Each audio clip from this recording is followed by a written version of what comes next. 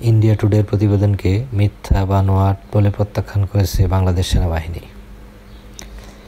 বাংলাদেশ সেনাবাহিনী তাদের নিয়মিত বৈঠক সম্পর্কিত ইন্ডিয়া টুডে প্রতিবেদনের তথ্য নাকচ করে বলেছে, সংবাদ মাধ্যমটি মিথ্যা ও বানোয়াট তথ্যের উপর ভিত্তি করে প্রতিবেদন প্রকাশ করেছে। গত মঙ্গলবার আইএসপিআরের এক প্রতিবাদ লিপিতে বলা হয়েছে, বাংলাদেশ সেনাবাহিনীর নজরে এসেছে যে ইন্ডিয়া টুডে আবারও বাংলাদেশ সেনাবাহিনীর অনুষ্ঠিত এক নিয়মিত বৈঠক সম্পর্কে মিথ্যা ও বানোয়াট তথ্যের উপর ভিত্তি করে একটি প্রতিবেদন প্রকাশ করেছে। এতে বলা হয়েছে, গত 25 মার্চ 2025 প্রকাশিত প্রধান উপদেষ্টা মোহাম্মদ ইউনূসের বিরুদ্ধে অভ্যুত্থানের সম্ভাবনার মধ্যে বাংলাদেশ সেনাবাহিনী জরুরি বৈঠক করছে শীর্ষক প্রতিবেদনটি অপসাংবাদিকতার চর্চা এবং এক সময়ের খ্যাতিমান সংবাদ মাধ্যমটির বিভ্রান্তিকর তথ্য সরবরাহকারী হিসেবে পতিত হওয়ার একটি উজ্জ্বল নজির। প্রতিবাদ লিপিতে বলা হয়েছে, কোনো নির্ভরযোগ্য সূত্র বা যাচাইযোগ্য প্রমাণবিহীন এই প্রতিবেদন বাংলাদেশ সেনাবাহিনী সম্পর্কে ভিত্তিহীন গুজব ছড়ানোর আরেকটি প্রচেষ্টা বলে মনে হচ্ছে।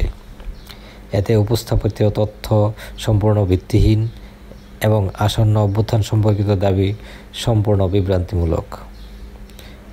প্রতিবাদ লিপিতে আরও বলা হয়, ইন্ডিয়া টুডে বারবার দায়িত্বশীল সাংবাদিকতার নীতি উপেক্ষা করে বিভ্রান্তিকর সংবাদ প্রকাশ করে যাচ্ছে, যা গভীর উদ্বেগের। আইএসপিআরের প্রতিবাদ লিপিতে আরও বলা হয়, ইন্ডিয়া টুডে বাংলাদেশ সেনাবাহিনী সম্পর্কে মিথ্যা তথ্য ছড়িয়ে দেওয়ার চেষ্টা এটিই প্রথম নয়। এর আগে 2025 সালের 11 মার্চ আমরা এক প্রতিবাদ লিপিতে এই ধরনের বিভ্রান্তিকর ও তথ্যগত ভুল প্রতিবেদনের বিষয়টি উন্মোচন ও খণ্ডন করেছি।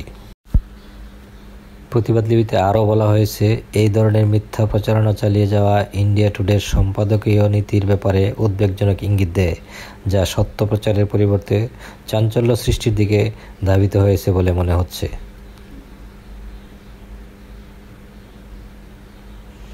বাংলাদেশ সেনাবাহিনী দেশ সেবা এবং গণতন্ত্র ও শান্তি রক্ষার নীতি সমুন্নত রাখার জন্য দৃঢ় অঙ্গীকার ব্যক্ত করেছে।